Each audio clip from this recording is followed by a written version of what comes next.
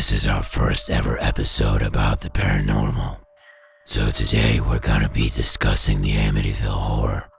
On November 13th, 1975, Ronald Tefeo was awakened from his sleep at about 3:30 a.m. by gunshots. Assuming that his brother, David, who had recently become quite an avid hunter, was out in the backyard, he went back to sleep until a little while later when he heard his mother screaming, "Get up, Ronnie, the kids are all dead." Still groggy, Ronald got up and made his way downstairs, where he found his entire family shot dead in their beds. And yes, that included his younger brother, who was actually sleeping in his bed. That's right, they both shared one bed. He was also asleep with a teenage girl that he had been seeing. Their father, Ronald Sr., was a well-known real estate broker on Long Island who had worked there for decades.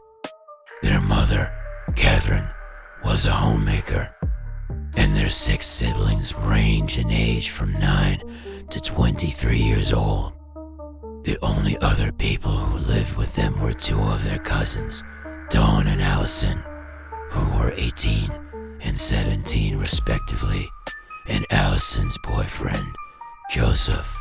Of course, this means that for whatever reason, 8 people were sleeping in for separate bedrooms in this house, which has always seemed a bit odd to me. But maybe it was just a very large house or something. When police arrived at the scene, they found each victim in their respective beds, still clutching a pillowcase. And I can't even begin to imagine how terrifying that must have looked to the first responders. There was no sign of forced entry. Nothing appeared to be stolen. And so the obvious assumption was that this must have been an inside job. It was further supported by the fact that according to police interviews with Ronald, nobody had any enemies. They had no recent history of crime, and they saw no reason why anyone would want to harm them. With the prime suspects being the surviving Tefeo brothers, the police started to build their case. After some convincing, Ronald told the police that it was David who did it. Apparently, there had been some tension between him and his brother for some time, allegedly stemming from a disagreement over a girlfriend, which had culminated in a fight just days before the massacre.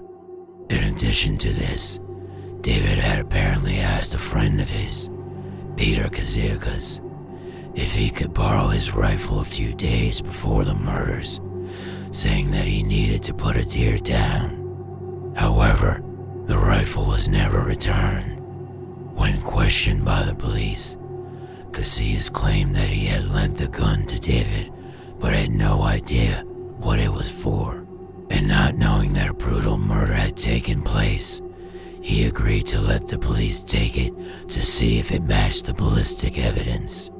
It did. David's alibi for the night of the murders was that he was at home alone because he was grounded by his father. This was backed up by Ronald, who said that David stayed in his room watching TV. As far as David was concerned, he had spent the evening playing video games at his friend's house. But now that we know who the killer is, how exactly did they get away with it? Did they commit the unthinkable in cold blood and go on a rampage, shooting everyone in sight? Well, according to Ronald, no. It was much more elaborate than that.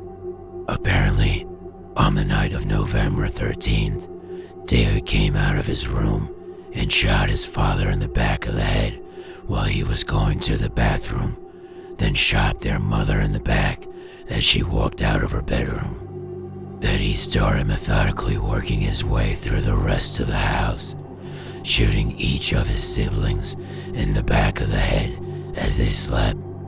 So that sounds horrible, but that's not the worst part. After finishing off his victims, He reportedly washed his bloody clothes, took a shower, then calmly went back to bed without waking up Ronald. How he managed to do all of that without making a single sound is beyond me. Just the mental gymnastics required to carry out such a plan and then justify it must have been extreme. To make matters worse, after they had both woken up the next morning, David reportedly told Ronald that he had better keep quiet about what he had done, or else he'd end up like the rest of the family. Terrified and shocked by what his brother had done, Ronald kept quiet, helping to clean up the house and cover up the crime scene as David nonchalantly went to school and played video games. Eventually, however, Ronald's guilt and paranoia got the better of him and he confessed everything to the police. That's pretty messed up, so let's move on to the trial. The day after the arrest, newspapers across the country ran headlines about the horror of the Amityville murders, painting a picture of a typical American neighborhood living the typical American dream being ripped apart in a senseless act of violence. Millions of Americans learned about the killings that night during the 10 p.m. news broadcast, and the case immediately became a media sensation.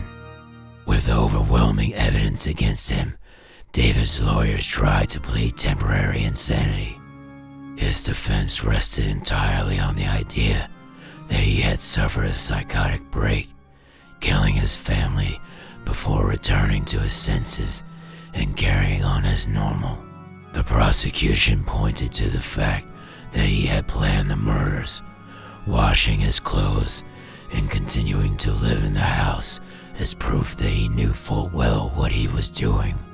During the trial, doctors testified that David had exhibited no signs of insanity, had expressed no unusual behavior, and had reacted appropriately after the shootings. And therefore, the jury rejected the insanity plea and found him guilty of 6 counts of murder.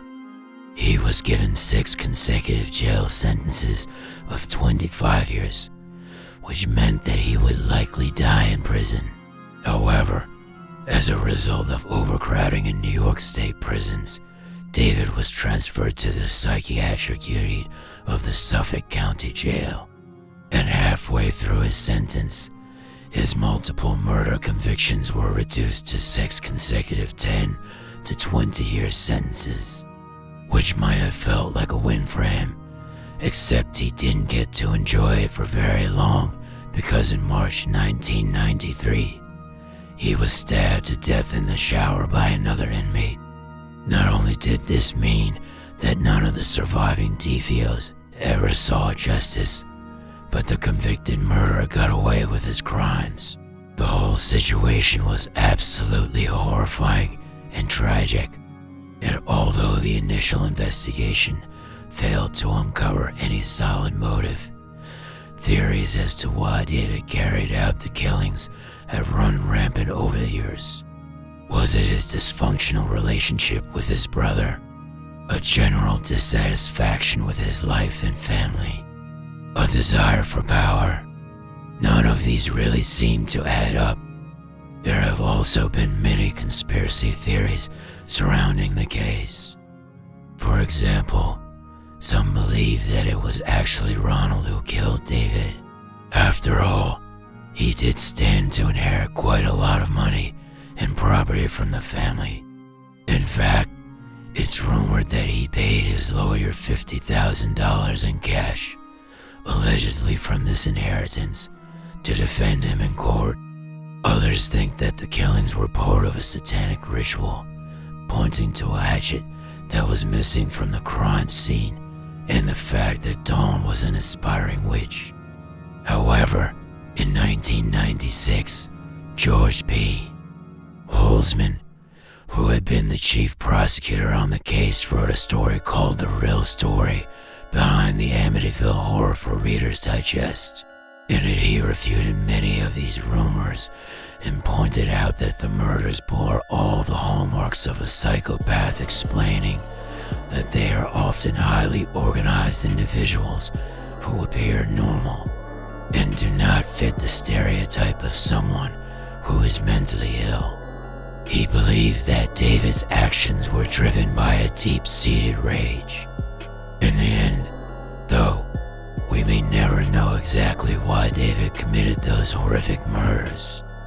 And despite the dozens of books and documentaries produced about the case, it still stands out as one of the most disturbing stories of violence ever recorded.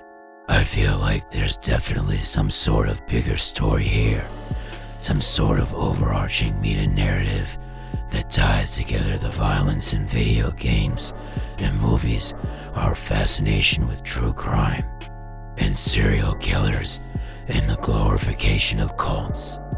But I can't quite put my finger on it. Perhaps it has a commentary on the human psyche and our desire for meaning and understanding in a chaotic world. Maybe it is about escapism and the vicarious thrill we get from experiencing danger and fear from the safety of our own homes. Or maybe it is just a product of our innate curiosity about the unknown and the darkness that exists within us all. Whatever the reason, there's no denying that these stories captivate us and leave us questioning the depths of human depravity. Thank you so much for watching. If you liked this video, please hit the subscribe button to stay updated on all future uploads.